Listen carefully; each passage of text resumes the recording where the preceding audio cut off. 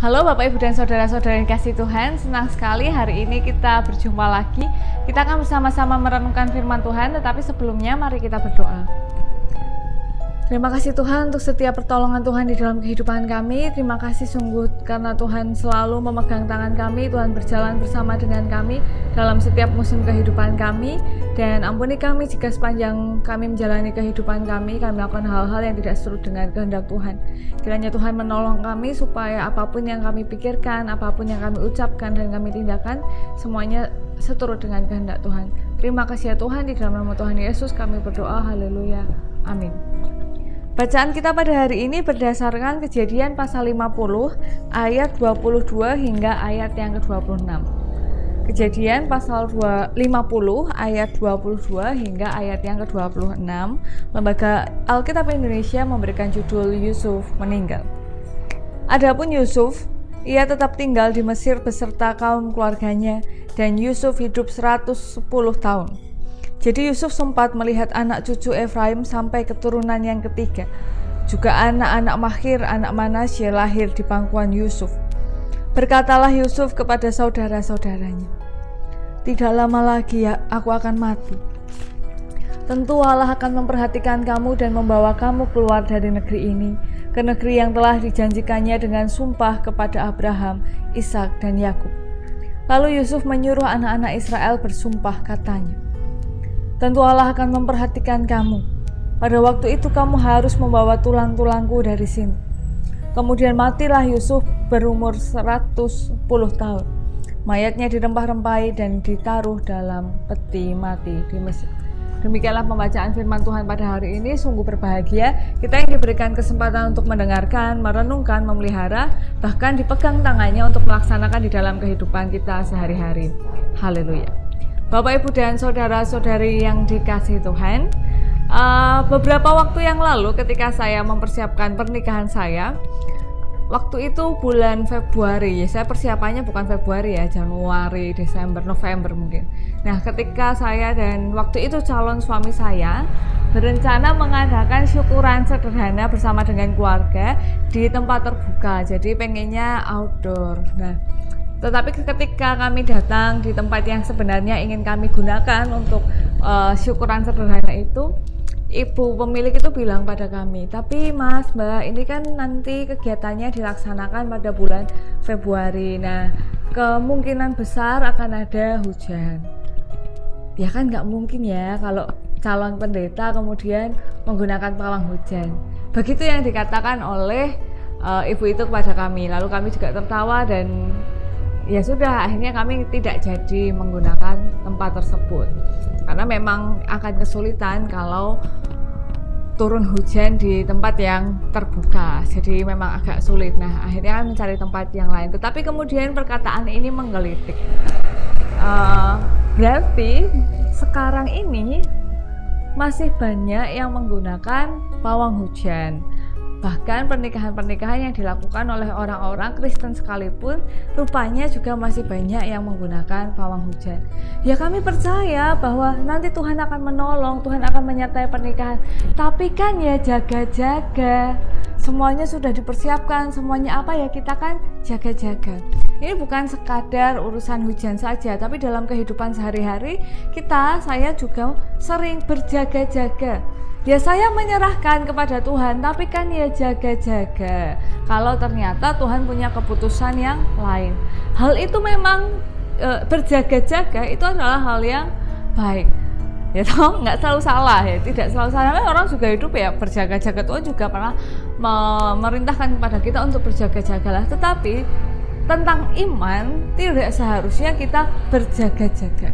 Ketika kita mengimani Tuhan, kita percaya 100% kepada Tuhan, buat apa berjaga-jaga? Misalnya anak-anak sudah janji, ayahnya sudah janji nanti dijemput sama ayah atau sama bapak, tunggu sampai ayah atau bapak pulang dari kantor. Jadi nggak usah terburu-buru, tidak perlu khawatir atau gelisah, pokoknya nanti bapak jemput.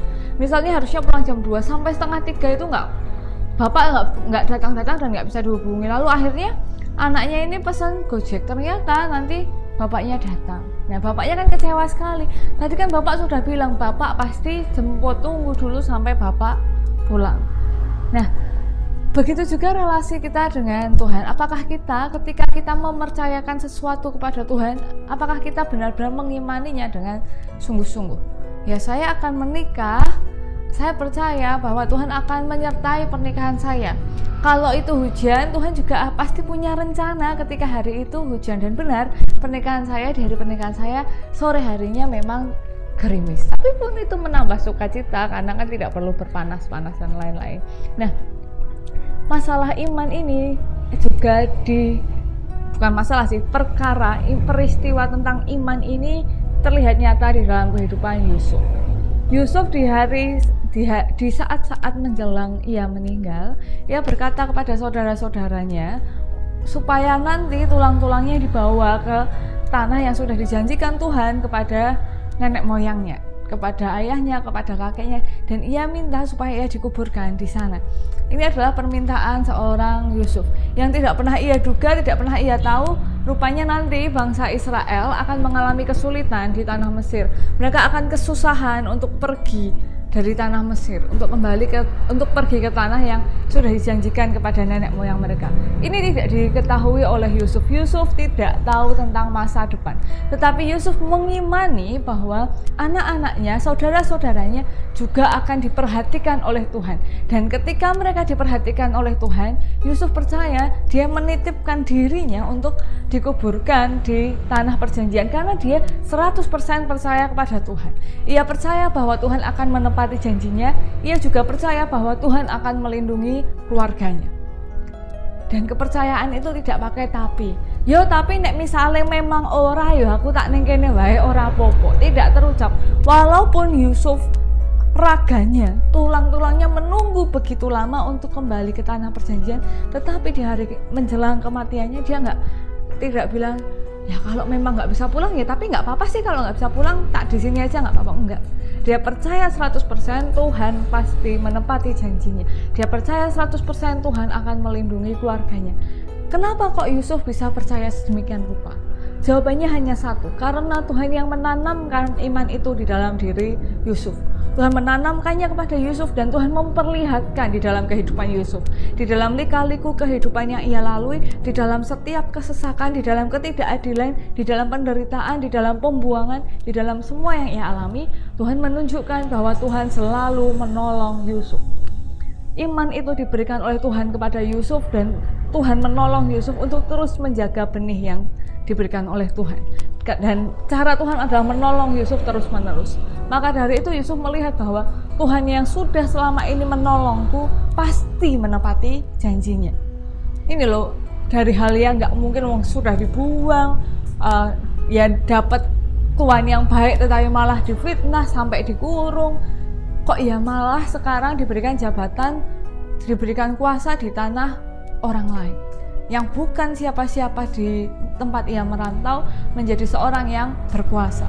Ia percaya 100% bahwa Tuhan yang menolongnya selama ini pasti menolong anak-anaknya, pasti menolong keluarganya. Karena Tuhan sudah punya janji kok sama nenek moyang. Nah, ini menjadi pembelajaran bagi kita. Apakah benar iman kita ini sudah 100% kepada Tuhan? Ketika kita percaya kepada Tuhan, benar nggak kita 100% mempercayakan diri kita? Atau jangan-jangan kita masih punya rencana A, B, C? Kalau Tuhan tidak menolong kita, ya percaya sih sama Tuhan. Kalau Tuhan akan memberikan kekayaan gitu. Tapi ya saya kan juga harus berjaga-jaga. Kalau Tuhan nggak memberikan kekayaan, ya saya tak tanya sama saudara saya yang kebetulan orang pintar. Saya percaya sih kalau yang namanya pernikahan diberkati oleh Tuhan, jalannya akan dilindungi oleh Tuhan. Tapi kan lebih baik kalau kita tanya tanggal yang baik untuk kita, tanggal berapa supaya nanti tidak mendatangkan kesialan. Ya saya sih percaya kalau yang namanya anak-anak pergi, suami pergi atau istri pergi atau anak-anak pergi, itu pasti akan dilindungi oleh Tuhan. Tetapi kan kalau bawa jimat itu lebih menguatkan. Nah, kepercayaan kita kepada Tuhan ini 100% atau kita masih punya cadangan-cadangan seandainya Tuhan tidak menolong. Padahal ketika Tuhan tidak menolong seperti yang kita inginkan, toh Tuhan menolong sesuai apa yang kita butuhkan.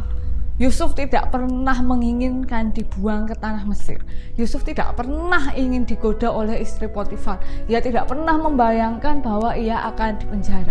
Tapi lewat pembuangannya ke Mesir, lewat ia di dalam kurungan, dia sedikit demi sedikit mendapatkan apa yang sesungguhnya dia perlukan, yaitu dia mendapatkan kekuasaan, dia mendapatkan jabatan yang bukan hanya menolong dirinya, tetapi menolong keluarganya dan menolong banyak orang di tengah-tengah musibah kelaparan. Jadi ketika Tuhan tidak menolong kita seperti yang kita inginkan, bukan berarti Tuhan tidak menolong kita, tetapi Tuhan menolong kita seperti apa yang kita perlukan. Dan itu yang kita imani selama ini. Kalau misalnya sudah menyerahkan diri, sudah pasrah kepada Tuhan, sudah meletakkan hidup kita pada Tuhan, buat apa kita punya cadangan A, B, C, D, E yang tidak seturut kehendak Tuhan? Berjaga-jaga tentu boleh, berjaga-jaga adalah hal yang baik untuk kita lakukan, tapi kita berjaga-jaga dari apa? Berjaga-jaga dari Tuhan yang tidak menolong, atau berjaga-jaga ketika Tuhan meminta pertanggungjawaban kita? Pilihan ada di tangan kita semua, kita mau bagaimana, tapi Tuhan yang akan menolong kita dalam setiap kehidupan kita. Kalau misalnya hari ini imannya belum 100%, saya juga begitu, karena sulit sekali memang kan. Kita terus minta pertolongan Tuhan supaya kita semakin dimampukan untuk terus beriman kepada Tuhan. Mari kita berdoa. Terima kasih Tuhan, karena Tuhan selalu menolong kami, Tuhan selalu memegang tangan kami, Tuhan yang memberikan kepada kami iman, Tuhan yang meneguhkan agar kami terus percaya kepada Tuhan. Dan ampuni kami jika di dalam kami percaya kepada Tuhan, kami masih sering lebih mengandalkan diri kami sendiri. Dan seluruh kehidupan kami percayakan ke dalam tangan kuasa Tuhan Yesus. Terlebih lagi ketika keadaan saat ini sungguh di luar kendali kami. Di tengah pandemi ini kiranya Tuhan menolong setiap orang yang terdampak maupun yang tidak terdampak. Dan kiranya Tuhan memegang tangan kami semua untuk melalui pandemi ini, sehingga kami dapat melaluinya dengan baik. Terima kasih ya Tuhan, seluruh kehidupan kami percayakan di dalam tangan kuasa Tuhan kami, Tuhan Yesus Kristus, Juru Selamat kami yang hidup. Haleluya, amin. Demikian yang dapat saya sampaikan, kiranya dapat menjadi hal yang baik bagi kita semua. Sampai jumpa di pertemuan yang berikutnya. Tetap menjaga kesehatan, tetap mengikuti protokol kesehatan. Tuhan Yesus memberkati kita semua. Sampai jumpa.